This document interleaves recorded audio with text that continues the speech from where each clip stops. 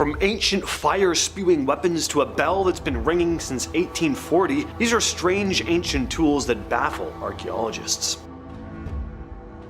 Starting off in our number 10 spot, we have Greek fire. Greek fire is essentially the primitive form of napalm, and it was first created in Greece. It was used often and efficiently for naval battles during the Byzantine Empire. It was used and worked well for these battles because it was able to not only float on top of the water, but it also was difficult to put out the fire using water as well. The secrets regarding this substance were guarded so greatly as it was such a powerful weapon at the time. The information on what it was made out of, how it was stored, or how it functioned remains a mystery to this day. The formula to recreate it has been tried many times, but it is currently thought that the particular storage and some sort of pressurized delivery system are what played such a huge role in its functionality and ignition, and we have yet to figure out those secrets. In our number 9 spot today, we have flexible glass. This is something that is actually sometimes debated on whether or not it actually existed at all, but there is some evidence and anecdotes that would suggest it absolutely did at one point. The story surrounding this lost creation depict a glassmaker who presents a glass vessel which holds various different things depending on where the story came from and who's telling it. The glass vessel was presented to the emperor, who inspected it before returning it to the glassmaker, who then threw it on the ground. The glassmaker then picks it up off of the ground and goes on to show the emperor that rather than broken pieces, the glass vessel just has a small dent in it, which he then proceeds to hammer back to the original shape, and thus the vessel now appears as if it had never taken any damage at all. It is said from here that rather than the emperor being excited about this new and useful creation, he began to worry that it would devalue things like the silver and gold already in circulation. This is said to have led to him ensuring that no one else knew the formula to create the flexible glass, and then subsequently beheading the poor glassmaker. This is what has ensured that if it ever were real, the flexible glass was a secret formula destined to stay in the past. In our number 8 spot today, we have Damascus steel. It's possible you may have heard of Damascus steel before, and that is because the name still exists, and it is used in reference to a variety of pattern welded forged steel products, but the modern day stuff just isn't what it used to be. Historically, Damascus steel was discovered quite a long time ago, and it was used to make swords in the Middle East. It is said that these swords had the ability to cut through rocks or even completely cut through other swords, which is just insane. The exact process of how these swords were made has been lost to time, but it is rumored that Wootz steel was imported from Sri Lanka and used in the creation process along with other metals. Somehow the metals were basically weaved together rather than an alloy being created. This is what led to the steel not only being exceptionally strong, but also flexible, and it is this process that modern day smiths cannot seem to exactly replicate. The modern day Damascus products are definitely high quality, gorgeous products, but it seems as though the secrets of the past may hold something even better. In our number 7 spot today, we have silphium. This is less of a technology and more of something that was once naturally occurring and used for a multitude of things, but is now lost. Silphium is a lost genus of fennel plant that was used quite a bit during the Roman times. It was used as a form of birth control as well as a cure for many ailments. The plant is said to have been plentiful once along the coast of what is now Libya. Apparently this plant was something that was highly valued, and it even appeared on several forms of currency because it was so highly appreciated. It is speculated that this plant may have grown only in a small portion of the world, and it was simply just over-harvested until it was driven to extinction. It wasn't used by everyone when it was used, and this could be because it was probably quite expensive. So while this wasn't a man-made creation or technology, I feel like it definitely still applies to today's list as a plant, and its medical properties are something that just may be lost forever. In our number 6 spot today, we have the pyramids. Alright, I'm just gonna ask, how the heck were the pyramids built? The more I learn about it, the more I'm convinced it must have been aliens, because it just seems so crazy and intricate and impossibly amazing. The pyramids of ancient Egypt may just appear to be amazing, incredible tombs that are something to be jealous of, but they really are so much more than that. Not only have they given researchers and historians incredible insight to what life in ancient Egypt was like, they have also opened the doors to some of the greatest mysteries. Firstly, there was the the transportation of the massive stones that they used, some of which are believed to have come from nearly 500 miles away. Getting all of the materials from point A to point B is more than fascinating in itself, but there's more questions. There were not iron tools or chisels at the time, so how were they able to shape their stonework with such incredible precision? How were they able to finish the tops of the pyramids with the same precision despite their standing over 400 feet tall? And how were they able to build them in such a way that they've been able to withstand all of the elements for 4,500 years? You see what I mean at this point? It is clear that however they were able to build the pyramids in ancient Egypt, we just don't have that kind of technology or knowledge nowadays, because there is no way we'd be able to recreate these amazing structures in the same way as the original. Because people are gonna be like, we could create the pyramids. I'm like, I know we could now, Mr. Crane Operator, but imagine having to go up there all by yourself. No crane in sight. Just you and a big old rock. Good luck. In our number 5 spot today we have the Sloot coding system. Okay, this one isn't exactly ancient, but I still had to talk about it today because I had never even heard of this at all before. Jan Sloot was a Dutch electronics engineer, and in the mid to late 90s he created a data storage method that could hold an entire full-length movie in just 8 kilobytes of data. Considering most modern technologies still require much more data to store a full-length movie, this kind of technology was extremely impressive for the times. Investors of course quickly began to flock to Jan. When he presented his data storage system to a man named Roll Piper from Philips, Roll ended up later leaving Philips in order to join Jan's company. Just days before the code and system was due to be released, Jan ended up being found dead in his garden from what seemed to be a heart attack. This is of course extremely tragic and sad, but you might be sitting there thinking the same thing that I was. His death probably didn't stop people from still seeking the answers that had yet to be released on how this storage system was created. Well, as it turns out, people of course did look, but a key piece of information regarding it all was on a floppy disk that was in Jan's possession.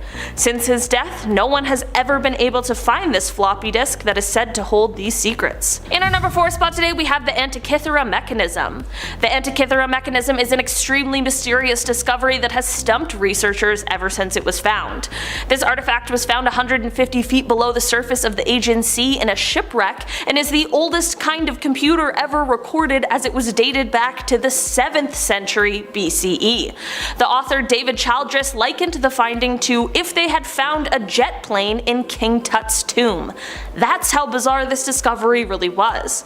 Due to the complexity and oddity of the finding, alien enthusiasts have believed for quite some time that it may have been technology that was passed down from some sort of superior being. This first analog computer may have had a ton of uses, and researchers aren't 100% sure about all the ways it was used, but it is known to have been some sort of astronomical calculator. It was able to predict eclipses and different planetary placements.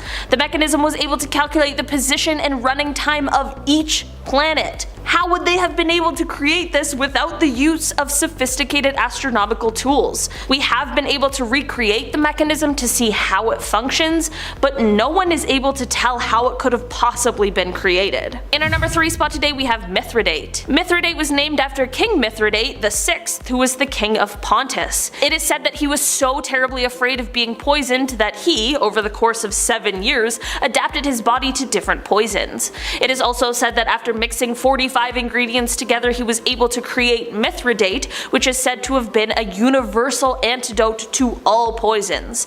The exact formula has of course been lost to time, but historians have said that it is believed that the antidote contained opium, chopped vipers, and small amounts of both the poisons and their antidotes. Imagine, just opium, just throw it in there, why not? The antidote was originally created around 100 BCE, and it was actually used by many people for centuries, and even apparently as recently as the 19th century.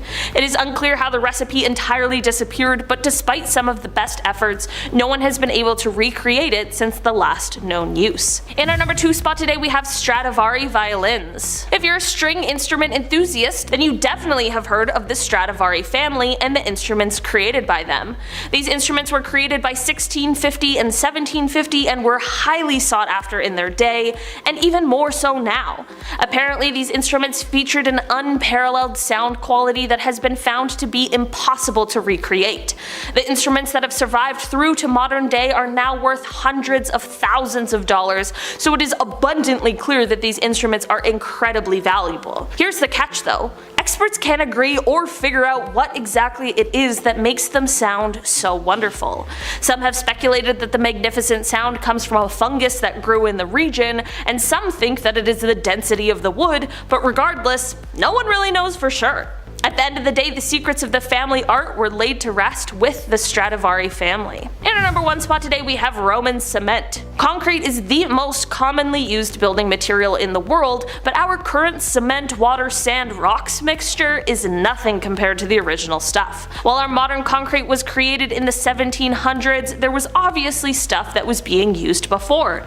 In fact, concrete was used quite a bit during the antiquity by Egyptians, Assyrians, and Romans. The Romans seemingly used it the most, and they are the ones who really perfected the recipe that we just can't seem to replicate now. Apparently the ancient mixture involved burnt limestone as well as crushed rocks and water, but whatever the heck it was, their structures were a lot more withstanding than ours are now, which has led people to question, how do we get that level of hardiness back in our modern day concrete? And to that I say, like most other things, I do not know.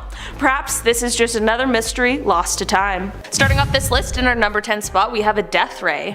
Archimedes, if that's how you say it, was born in 287 BC in the city-state of Syracuse, which at the time was a part of ancient Greece but now would be a part of Sicily.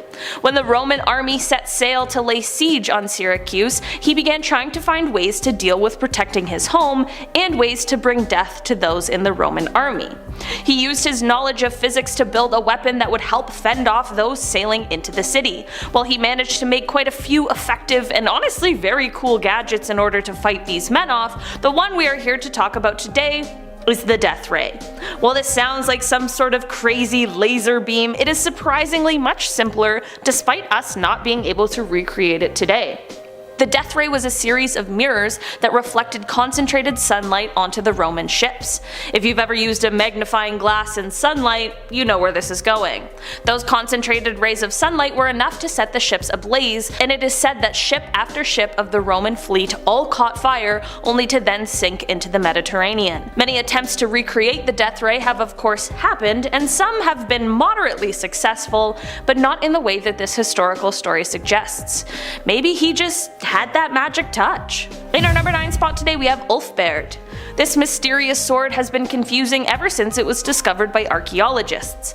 Experts were able to date this sword back to the Viking era sometime from 800 to 1000 AD, but no one could figure out how this sword was made, especially from what technologies were available at the time.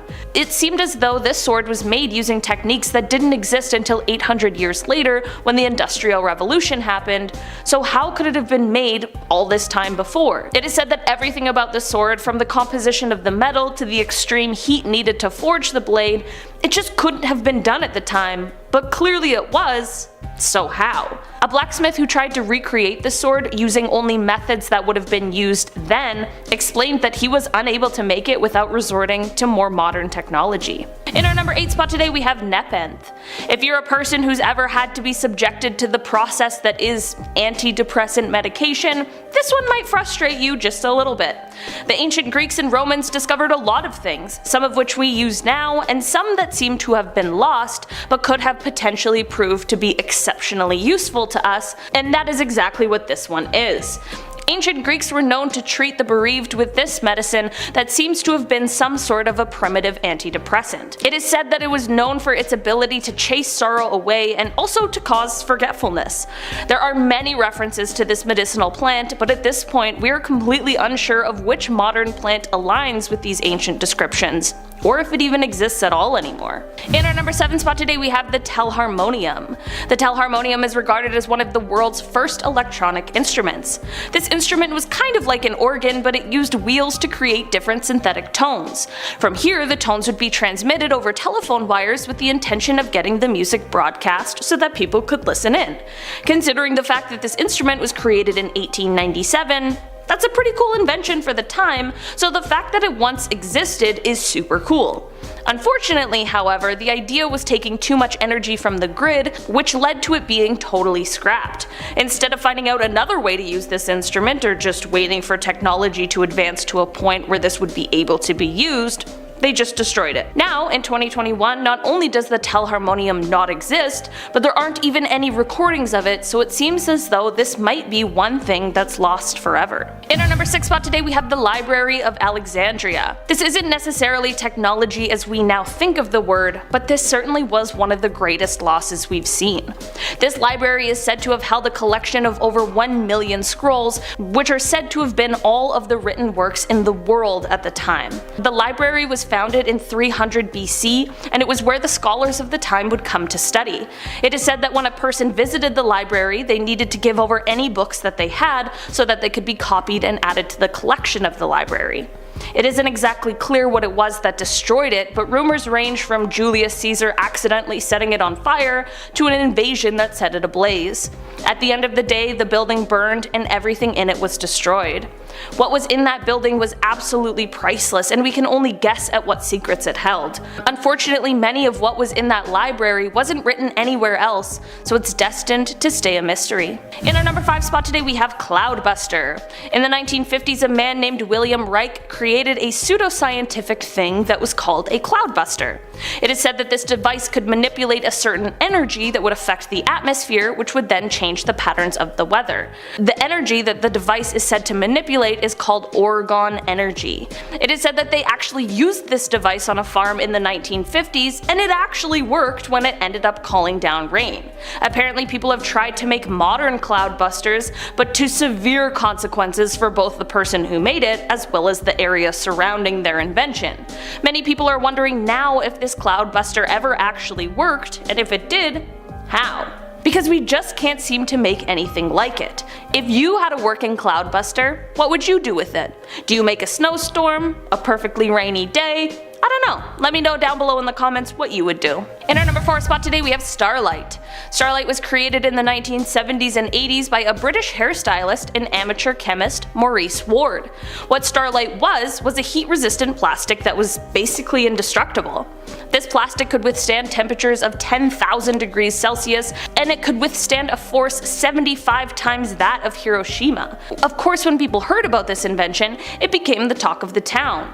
When Maurice brought the material on TV, he covered an egg in Starlight, blasted it with a blowtorch for 5 minutes, and then when the Starlight was peeled back, the egg was still cold. NASA of course wanted to know what the heck Starlight was and how they could get their hands on it, but Maurice was really worried about what would happen if his invention fell into the wrong hands. This led to him keeping the makeup of Starlight a complete secret that he took with him to his grave. It has been said that the company ThermaShield has been able to replicate Starlight when they received the rights in 2013, so maybe this one will be making a comeback after all. In our number 3 spot today we have the Apollo Gemini space program technology.